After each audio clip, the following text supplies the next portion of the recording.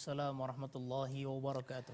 Ustaz, saya mau bertanya Ustaz, apakah kalau saya sakit lalu minum obat dokter, apa tidak syirik Ustaz? Nah ini mungkin ada keraguan. Apakah itu jatuh kepada perbuatan syirik? Yeah. Perintah kita untuk berobat ketika kita bersakit, ini merupakan tuntunan dari Nabi Shallallahu Alaihi Wasallam. Ketika kita sakit, maka Nabi menganjurkan kita untuk berobat, ya, bukan kemudian kita berdiam diri saja tidak berobat, ya. Rasul Shallallahu Alaihi Wasallam bersabda dalam sebuah hadis yang diriwayatkan oleh Imam Tabarani, disahihkan oleh Syekh Albani, ya, Innallaha khalaqad da'a wad dawa fatadawaw wa la tatadawaw bil haram. Rasulullah Shallallahu Alaihi Wasallam bersabda, sesungguhnya Allah Subhanahu Wa Taala menciptakan penyakit dan menciptakan obatnya. Jadi satu paket sudah diciptakan Allah. Ada penyakit, kemudian ada obat. Maka karena Allah telah menurunkan penyakit dan menurunkan obatnya pula, fatadawaw, maka hendaklah kalian berobat. Wala tatadawaw bil haram. Betul, ya, syariat memerintahkan kita untuk berobat, tetapi berobatlah jangan berobat dengan sesuatu yang haram, berobat dengan sesuatu yang halal. Dalam riwayat yang lain, Rasulullah Sallallahu Alaihi Wasallam ditanya oleh seorang Arab Badui, ya Rasulullah, ala natadawa, wahai Rasulullah, apakah boleh kita berobat?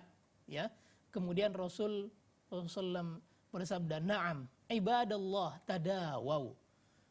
Benar wahai hamba Allah, berobatlah kalian. Ya, jadi Rasul Shallallahu Alaihi Wasallam memerintahkan kita untuk berobat.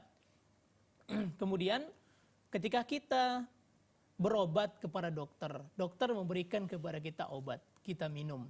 Apakah ketika kita minum obat tersebut kita jatuh ke dalam perbuatan syirik? Maka kita perhatikan terlebih dahulu jenis obatnya. Ya, obat yang dipakai seseorang untuk berobat atau mengobati dirinya itu terbagi menjadi dua bagian. Yang pertama adalah obat yang memang khasiatnya itu terbukti secara ilmiah atau terbukti secara syariat, ya, memang bisa menyembuhkan.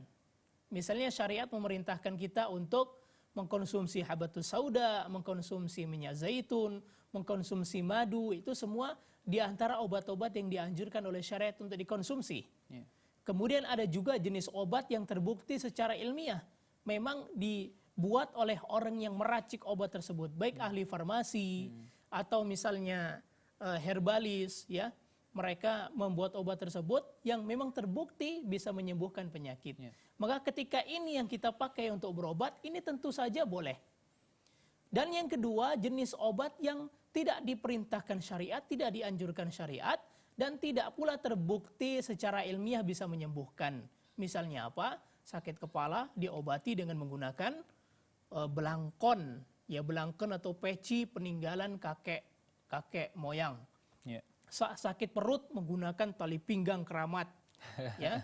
Kemudian kalau dia demam, misalnya menggunakan jubah keramat, ya. Kalau yang demikian kita bawa ke laboratorium manapun itu tidak akan bisa menyembuhkan, ya.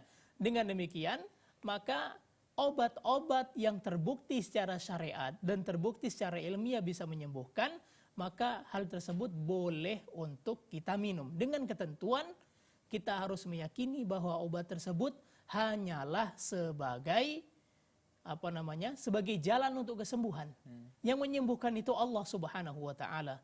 Ketika Nabi mengajarkan kepada kita, Allahumma rabban nas adhibil ba'sa washfihi antas syafi. Dan sembuhkan ya Allah, engkaulah yang maha penyembuh.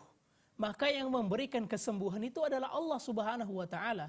Obat yang kita minum itu hanya sebagai wasilah, sebagai perantara untuk mencapai kesembuhan.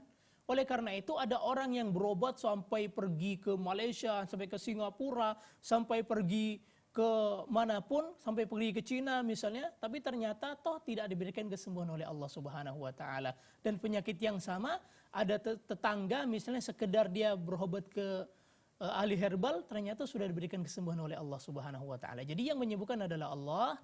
Oleh karena itu jangan kita bersandar kepada obat. Kita bersandar kepada Allah, tapi sembari melakukan usaha-usaha yang maksimal agar Allah memberikan kita kesembuhan. Wallahu ta'ala a'lam.